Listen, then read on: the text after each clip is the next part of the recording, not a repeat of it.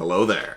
What's going on, everybody? Today we're going to be talking about the Clone Wars and Star Wars Armada, and I'm going to be bringing up 5 important things that I hope they don't leave out when the Clone Wars finally shows up. If you are new here to the channel, I want to invite you to subscribe. You can enter to win the big giveaway I have that's running all throughout the month of May right now. It's for the Star Wars Black Series, Obi-Wan and Darth Maul, the Celebration exclusives that are right behind me. I'm giving those away. I will ship those worldwide. All you have to do to enter is be a subscriber and leave a comment on this or one of my videos. Let me know what your favorite ship from the Clone Wars is, or who is your best Jedi that you'd like to see in command of a fleet. Or Separatist leader, of course, but, you know, I'm a little biased to the Jedi myself.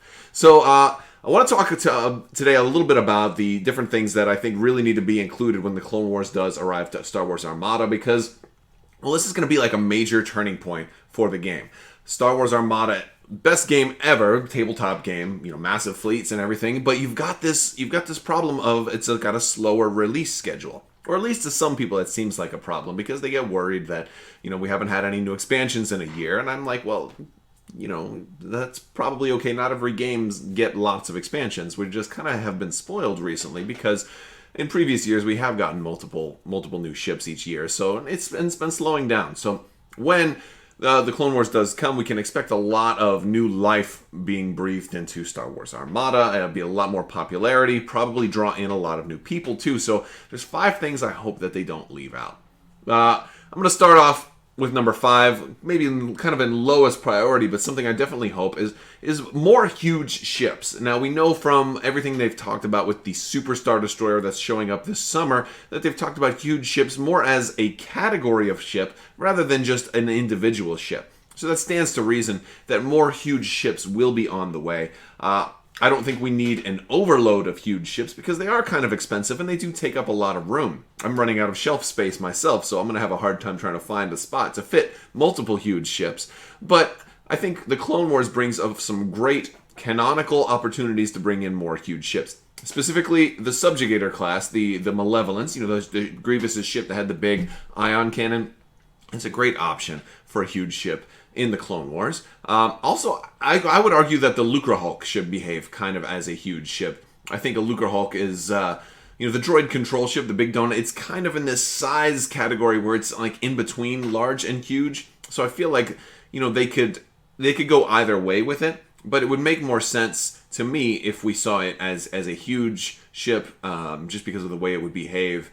And you know, I kind of dig that about the Lucrehulk. I think that it can go either way. But I think it also stands to reason that because of its unique shape, being a donut, basically, you might have problems if you just stick one peg in the center. So rather than just one peg in the center, put two pegs on each side of it, give it good support so it actually stands up properly, and have it be a different type of huge ship with 2 bases side by side instead of front and back. That's what I would go for. We'll see how it works. I think that makes the most sense to me. Number 4 is going to be continued support for the existing factions. What I don't want to see happen is I don't want to see Clone Wars come out and then we see nothing else for Rebels and Empire, because there are going to be a lot of you out there who maybe don't want to jump on board the Clone Wars bandwagon, maybe don't want to jump into the Republic or the Separatists. Maybe you want to stick with Empire or stick with the Rebels for budgetary reasons, for canonical reasons, for thematic reasons. Maybe you like the mechanics of the way one plays versus the other and you're just not into the new stuff. Or maybe you just don't feel like buying anything else for a while and you just want to stick with what you have, and you're still hoping for like that one ship or that one ship here. You know, a lot of us are hoping for the Dornian gunship to complete a lot of our Rebel fleets. A lot of Imperial players want that Imperial support ship because that's effectively the Dreadnought kind of being recanonized, and we want that for our Thrawn-based lists. But I'm going to kind of lump another thing in here. This is a perfect opportunity to also do dual faction ships, and they really haven't done that yet. And I think the Republic is going to be a big part of this, between the Peltas, the Architans, and even the Victory class Star Destroyer are all things that we, you know, see already in game, but that we'll probably also see with the Republic. So that's kind of like a launching port towards basically more dual faction stuff. I guess also the Gazanti for the Separatists, because they had Gazantis in service. You could see a lot of stuff borrowed from the existing factions into Clone Wars factions, but I think they can also do that going forward, where Clone Wars ships can also make their way into the existing Empire and Rebels. I'll just say the Venator, for example, is an obvious ship that they should do for the Republic, and I think it's one of those, probably will be one of the first ships they announce. However, the Empire used Venators a lot, so that's like a perfect opportunity to support the existing factions with a dual faction release. Whether they do the Venator as a Republic ship that also doubles as an Imperial ship, or as a separate expansion and just use the same production, like the same mold, and maybe just with a repaints. Like, I don't want a separate sculpts for the Venator. It's really just a Venator, right? Like, you don't need to make a whole new sculpt for it. I think, honestly, what I think they'll do is I think they'll do a whole separate expansion with a new paint job. This way, all the cards and all the officers and and everything else you get in there, it's an opportunity basically to get a full-blown Imperial expansion with a new commander, with new upgrade cards, with all of that stuff. While at the same time, your production has really been towards the Clone Wars. So this is just a great launching point for them to continue to develop more content for existing ships. And also, I guess you could possibly look at maybe titles that could be used cross-faction. I'm not sure if they really will do that or not, but that is something else that I think would be kind of cool. So that was kind of a couple of things merged into one. That was number 4. Number 3, a major rules update. I think this is the greatest time to do that. I mean, they'll probably do a core set, and with any core set comes a learn to play. And this is a great opportunity to do, if not a 2.0, then maybe a 1.5, and kind of adjust a couple of the rules that have, been, irritations, I would say. I don't want to really criticize it too much because Armada is a really well-balanced game, and it is a very fun game, and it's actually one of the best, designed, long-term planning design games that I've ever seen. So I don't want to give it too much criticism, but there are a few things that could stand to get some improvement, specifically when it comes to squadron play. There's been a lot of talk on, how squadron play tends to slow the game down, how squadron play tends to be difficult because so many squadrons are out of print, how squadron play tends to cause people to do slow play deliberately to kind of throw matches, and how it can just be a real pain in the butt when, trying to get somebody just in range 1 of Howl Runner, but just outside of range 1 of engagement range of that X-Wing, and just in range 1 of Dengar, but just outside of range 1 of that enemy intel. All of these things, like, it can be very difficult. So something like, if they wanted to, I'm going to throw out an example here. If they wanted to go ahead and say that squadrons had to be touching to be engaged, this would be a great time to be able to do stuff like that, because I know that, doing major rules updates and FAQs and big things like that, they still have to go through licensor approval. So whenever you're trying to push through a bunch of things, that's why they don't just do like one rule in print at a time, one rule. That's why they do like in chunks, because they have to get Lucasfilm to sign off on all of this stuff. So anything that has the IP and the name on it. So they have to, all of that stuff has to go through approval. And if you're going to get a rules update, that's going to be a major thing. It's going to take a long time. So it's best to get all of that through in one big chunk. And this is a good big chunk where you can also apply the new faction stuff to this new rule set going forward, especially when it comes to squadrons. I do think, if the Separatists or anything like they've been in X-Wing, they're definitely going to have the ability to be very squadron swarmy. And this is a better time than ever to really refine that squadron engagement and squadron rules. And there's a couple of other rules in the game that maybe could use a little bit of improvement, a couple of other little things that could be errated and tweaked. And this would be a good time. If there is any hard errata you have to make, you could include that also. And even include reprinted cards at this time. Which brings me to number 2, a card pack. A card pack is a great idea for Armada to do, and I hope they do it a lot. I hope they do a big card pack with the Clone Wars, and that doesn't necessarily become the very last card pack they ever do.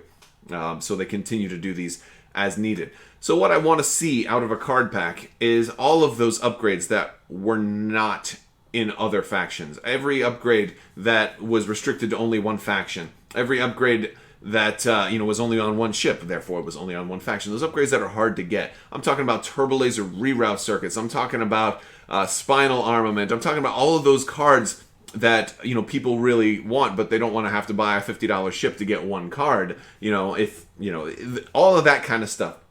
Especially all you single faction players out there that don't want to have to go buy, a Chimera to get Intensify Firepower, things like that. I really want to see all of those cards, show up and in a card pack, and let's double up with the card pack by also including errated cards, a fresh version of all the cards that have been errated.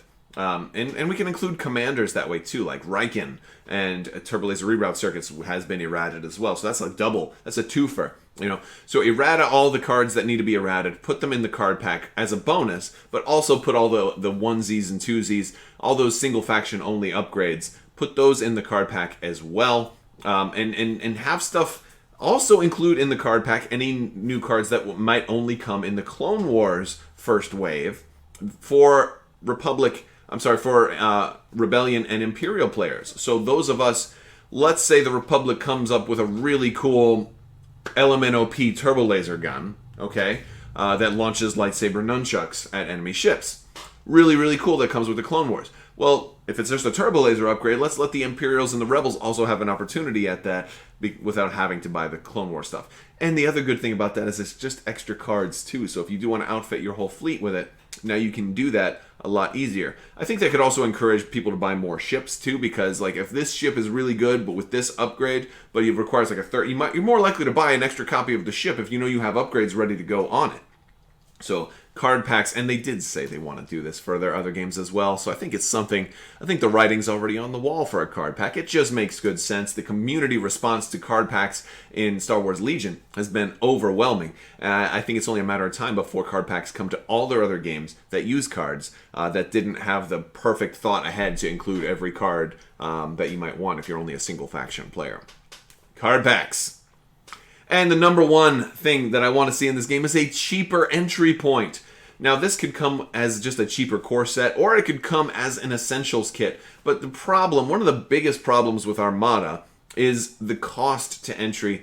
It looks to a lot of people like, oh, I can't play this game. It's much too expensive. The core set's $100. It's a $99 core set, and you only get one Imperial ship. You get two Rebel ships, but you only get one Imperial ship. It's not enough for you to actually play the game. Even 2 core sets is not enough for you to play a full game. You really need to get 2 core sets plus something else to really have a full game. And that's a problem. It really is, because you're looking at this game that's incredibly great, but compare it to other core sets that are out there. Other core sets are much cheaper. X-Wing's core set offers you the exact same amount of stuff relative to the factions, right? You get 2 ships for one faction, 1 ship for the other, like 2 TIE fighters and 1 X-Wing and X-Wing, so it's kind of inversed there.